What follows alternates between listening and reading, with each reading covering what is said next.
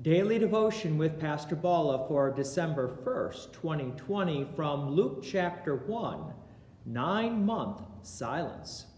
Zechariah was on duty as a priest when an angel of the Lord visited him, who told him that he and his wife would have a baby.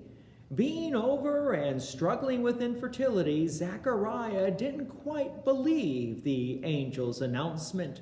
Verse 20, "And behold, you will be silent and unable to speak until the day that these things take place, because you did not believe my words, which would be fulfilled in their time."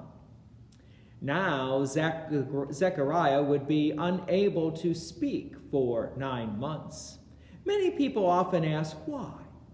A punishment for a lack of faith and trust in the promises of God? Well, verse 20 does kind of imply that. But also consider that this inability to speak is also a sign to Zechariah that the words of the Lord will come true. And just think, if he was only able not to speak for a day or two and then his voice returns, well, what about the promise of God?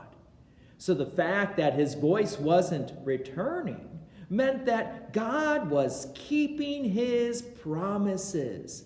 What a joy that would be, even in the midst of a burden of not able to speak, because you know God is fulfilling his promise.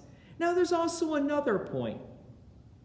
Now that Zechariah couldn't necessarily speak, that meant that the announcement would also not be spoken. And this is part, I think, of God's design, that God was going to bring this out in his time, not in man's time. So there was no need for a great announcement. Very often when bad things happen to us, we don't necessarily always see the good in it. While all of this was going on, let's continue on with verse 21.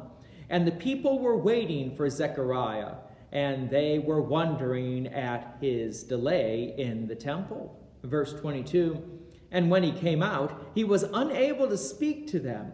And they realized that he had seen a vision in the temple, and he kept making signs to them and remained mute.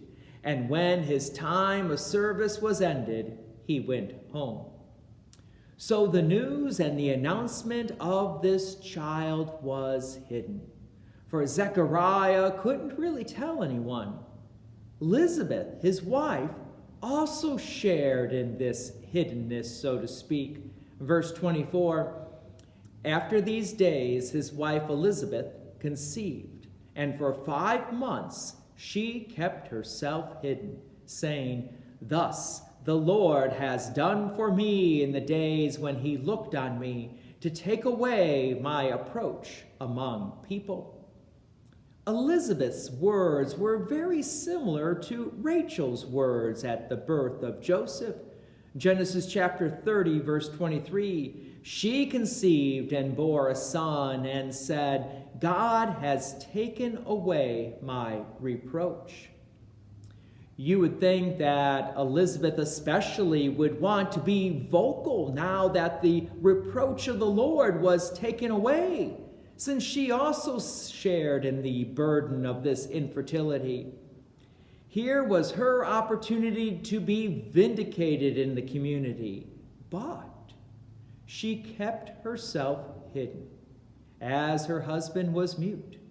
This hiddenness and muteness would help them keep their focus on God and the promises of God. There's a theme that's slowly developing here that will continue, that God chooses the humble, not the proud. The proud and the arrogant are more focused upon themselves and not so much upon God. Join me again tomorrow as we hear about Gabriel's next announcement. God's peace and many blessings be with you. And again, thank you for watching. And please take an opportunity to share this video with others. If you have enjoyed these daily devotions, please consider making a donation to Peace Lutheran Church, 24024 West Main Street, Plainfield, Illinois, 60544. Thank you again for watching.